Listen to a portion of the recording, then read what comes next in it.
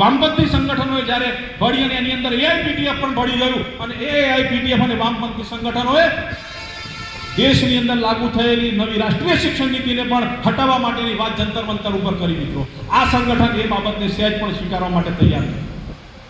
રાષ્ટ્રીય શિક્ષણ નીતિ અને આ મુદ્દાને કોઈ લેવા દેવા નથી। રાષ્ટ્રીય શિક્ષણ નીતિમાં કોઈ જગ્યાએ ટેટની પરીક્ષા કે શિક્ષકના હિતો સામે કોઈ જોખમ નથી। માત્ર ભારતીય જ્ઞાન પરંપરા આધારિત ભારતીય સંસ્કૃતિ આધારિત આ રાષ્ટ્રની ધરોહર આધારિત શિક્ષણ વ્યવસ્થા ગોઠવવાનું જો કોઈ આયોજન હોય તો એ 2020 રાષ્ટ્રીય શિક્ષણ નીતિમાં છે। ખોટા મુદ્દાઓ ઊભા કરી અને એનું ફંડિંગ કોણ કરે? વેસ્ટ બેંગાલ જેવા રાજ્યો ફંડિંગ કરે, કેરળમ જેવા રાજ્યો ફંડિંગ કરે અને જ્યારે તમે સરકારને પછી એમ કહો કેન્દ્ર સરકારને કે અમારી સાથે વાટાઘાટો કરો, કેવી રીતે મિત્રો વાટાઘાટો થાય? આપણો ધ્યેય ખોટો હોય, આપણો હેતુ હોય, આપણી દિશા ખોટી હોય, આપણો રસ્તો ખોટો હોય, એ રસ્તા પર કદી પરિણામતા નથી।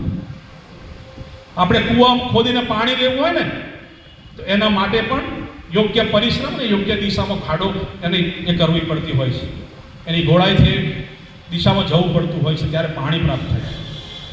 એમ આ બાબતમાં મુક્તિ જોઈતી હોય તો એ માટે એ રીતે લડવું પડે, એ રીતે એની આયોજનાત્મક અને પૂર્ણ આયોજન અને પૂર્વ આયોજનથી મિત્રો આ સંગઠન એ પ્રમાણે કામ કરી રહ્યું છે। હવે નકલ કરતા થઈ ગયા, નકલ કરી લો। હવે પ્રેસ કોન્ફરન્સ કરી દીધી, આપણે કરી દેવાની, આ કરી દીધું, આપણે કરી દેવાનું। આપણો વિરોધ નથી, કરે દરેક સંગઠનની સ્વાયત્તા છે, પણ આપણા ઘરમાં પણ જો લગ્ન હોય કે કોઈ પ્રસંગ હોય કે નવચંડી હોય કે હવન હોય કે કોઈ બર્થડેનો પણ જો કાર્યક્રમ હોય ને તો આપણા આડોશીમાં 4 લોકો આપણા સગા સંબંધીને આપણે એવું કહીએ કે ભાઈ આવો કાર્યક્રમ કરવાનો છે, તમે બધા સહયોગ આપજો અને આ રીત વાત છે, અને પછી આપણે મુહૂર્ત જોડાઈએ, તારીખ નક્કી કરીએ, એની અંદર ભોજનમાં શું રાખશું એ નક્કી કરીએ, મંડપ કરીએ, વ્યક્તિનું બીજું બધું કરીએ। આ તો ધરણા પહેલા કરવાના અને પછી પ્રેસ કોન્ફરન્સ કરવાની। આ કેવું? પ્રેસ કોન્ફરન્સ મિત્રો લોક જાગૃતિ માટે છે, સમાજની જાગૃતિ માટે છે। આ સમાજ કાલે આપણને એવું ના કહે કે શિક્ષકોને પાછા ધરણા શા માટે કરવા પડ્યા? એટલા માટે સમાજનું પ્રબોધન કરવા માટે, સરકારનું પ્રબોધન કરવા માટે મિત્રો અખિલ ભારતીય રાષ્ટ્રીય શૈક્ષિક મહાસંઘે પહેલા પ્રેસ કોન્ફરન્સ કરી। આ છે પદ્ધતિ। સમાજમાંથી નકારાત્મકતા ના આવી જોઈએ શિક્ષક સમાજ માટે મિત્રો, આ સ્વાભિમાનની પણ કાળજી શૈક્ષિક મહાસંઘ રાખતો રહ્યો છે। અને એટલે ગઈકાલે ડંકાની ચોટ ઉપર શિક્ષણ મંત્રીની સામે બેસીને એવું કીધું કે આવતીકાલે અમે ધરણા કરવાના અને એ ધરણા પ્રભાવી થવાના છે ગુજરાતના બધા જ જિલ્લાઓની અંદર, પણ તમારું પણ દાયિત્વ છે આની અંદર સરકાર તરીકે। તમે પણ કેન્દ્ર સરકારની આ જે બાબત છે, અમે જે સંસદમાં જે ખરડો લાવવા માંગીએ છીએ એની અંદર ગુજરાત સરકાર પણ હસ્તક્ષેપ કરે। બંને શિક્ષણ મંત્રી અને માન્ય મુખ્યમંત્રી શ્રી આપ સૌ માટે આનંદના સમાચારની વાત કહું, એમને એવું કીધું છે કે ચોક્કસ અમે ખાતરીપૂર્વક અખિલ ભારતીય રાષ્ટ્રીય શૈક્ષિક મહાસંઘનો સંદેશ એ કેન્દ્ર સરકાર સુધી પહોંચાડવા માટે ગુજરાત સરકાર પણ કટિબદ્ધ છે।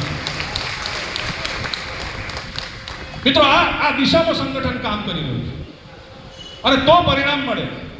જ્યારે 8/4/2022 વ્યાયામશાળાના મેદાનમાંથી હું જ બોલતો હતો, મેં જ કીધું ત્યારે હું આ દાયિત્વમાં નહોતો જિલ્લાના કે રાજ્યના, ત્યારે મેં એમ કીધું હતું કે આ સંગઠન ઓપીએસ અપાવીને જમશે, ત્યારે કેટલાક લોકો કોમેન્ટ કરતા હતા, કેટલાક અહીં બેઠેલા લોકોને પણ ભરોસો નહોતો, સામેવાળાને પણ નહોતો, મીડિયાને પણ નહોતો, કોઈને પણ નહોતો,